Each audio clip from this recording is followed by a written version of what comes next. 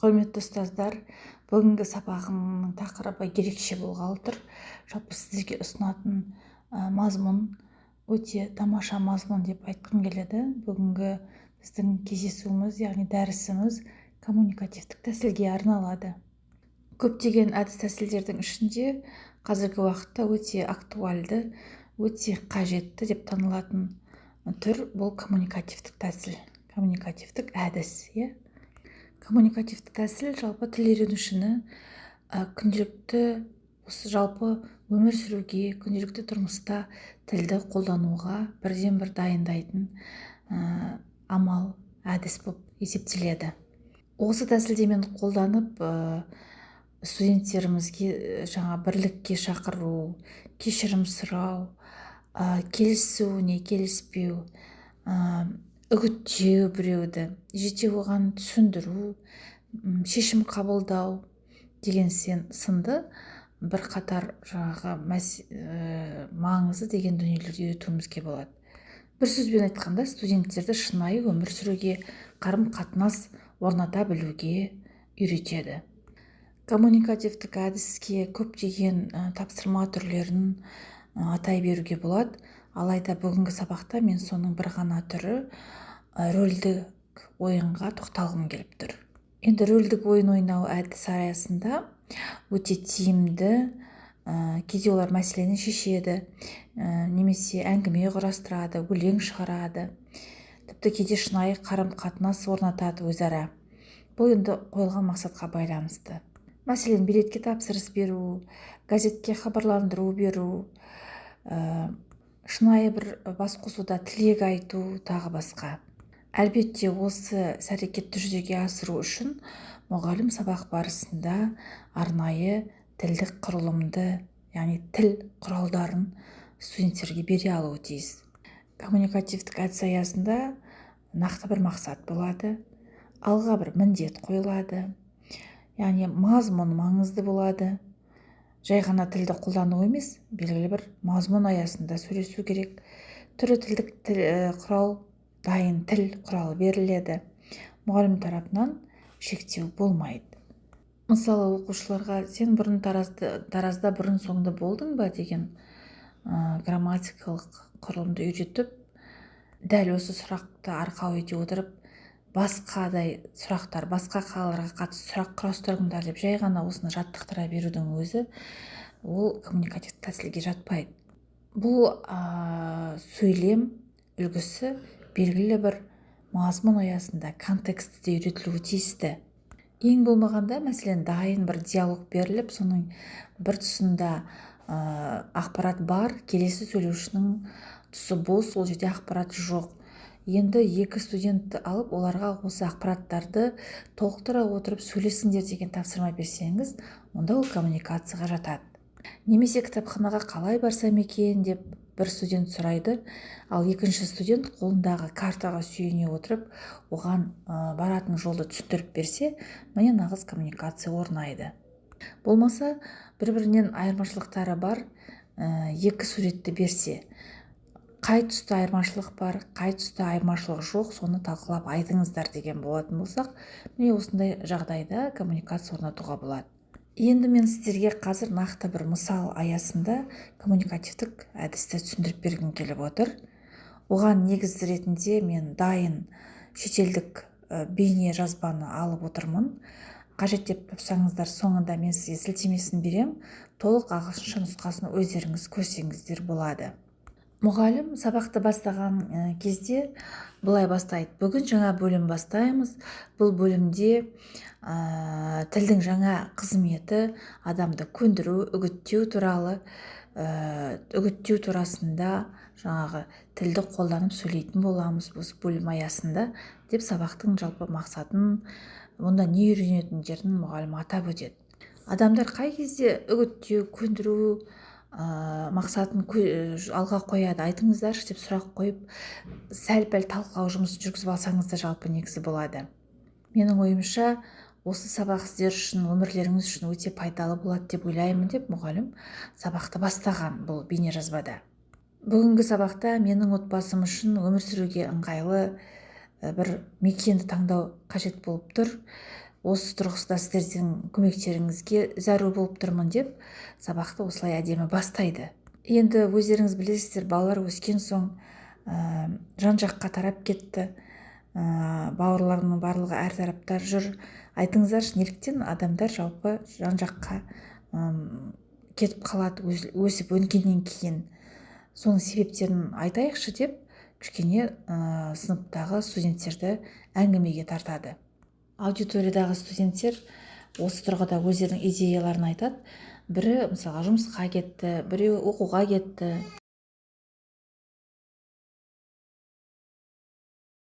Студенттерді тыңдап алып, мұғалім одан әрі өзінің бауырларының неліктен әр тарапқа кеткендігін қысқаша айтып өтеді. Ол үшін картаны қолданады. Картадағы қалаларды белгілеп тұрып, сол жерге есімдерді жазып тұрып, кәдімгі қай қалада кімнің тұрып жатқандығы туралы қысқа мәлімет береді. Міне бейне жазбада былай айтып жатады: менің әке-шешем Валентинада тұрады, Нью-Йоркқа жақын жерде. Міне балаларымыз енді алыстап кетті, жан жаққа оқуға кеткендіктен балалар алыстап кеткен. Қазір жағдайымыз мынадай болып тұр.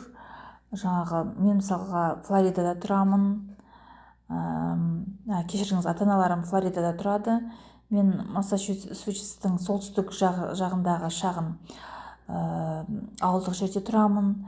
Ағам Филадельфия деген үлкен қалада тұрады деп қысқаша ақпарат береді. Осы қалалардың бірінде сіздер болып көрдіңіздер ме деп арасында интерактив жасап қояды, бір-бірімен сөзге тартып аудиторияны. Ал менің қарындасым медициналық білім алу мақсатында осы жаққа кеткен, сол жақта тұрақтап қалды деп қарындасы туралы айтып қояды.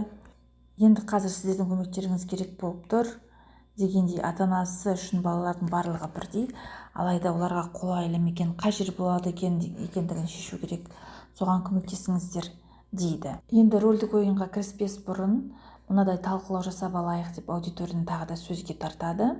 Кім ауылда тұрады, кім үлкен қалада тұрады, кім кішігірім қалада тұрады.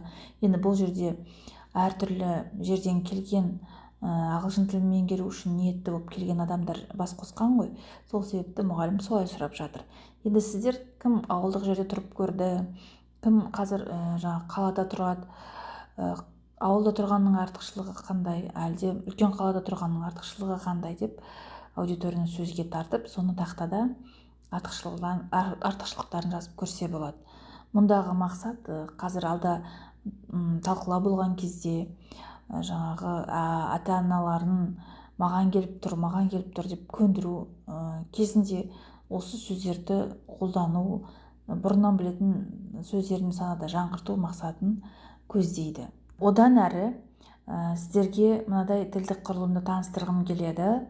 Сіздер үшін міндет осы тілді қазір сөйлесім барысында қолдануларыңыз керек деп мынадай тіл құралдарын береді.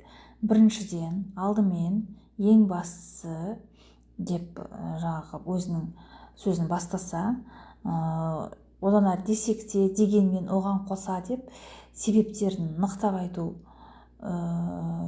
үшін осы сөздерді қолданады.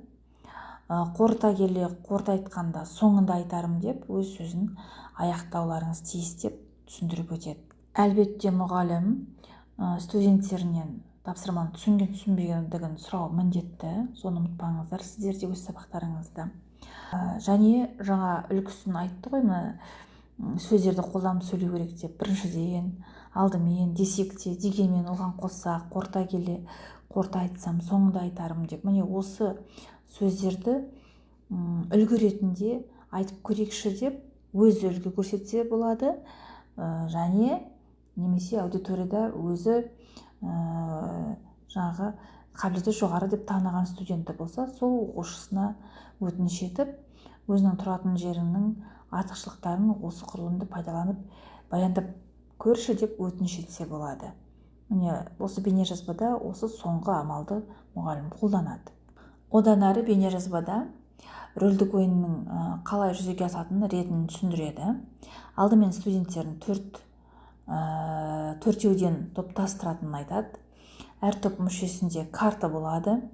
Карталарында әр баланың қайда тұратынын, үйлерінің қандай екенінен, тұрғылықты жерінің табиғаты қандай артықшылығы бар екенінен хабар беретін қысқа ақпараттар болады. Яғни hints дейді ағылшын тілінде, қысқа ақпараттар беріледі. 4 адамның бірі енді ата-ана болады, қалғаны балалары, иә. 1-2 минут картада ақпаратпен танысып аласыздар да рөлдік ойынға кірісулеріңіз керек деп түсіндіреді. Берілген тілдік тіл құралын қолдануды ұмытпаңыздар деп ескертеді.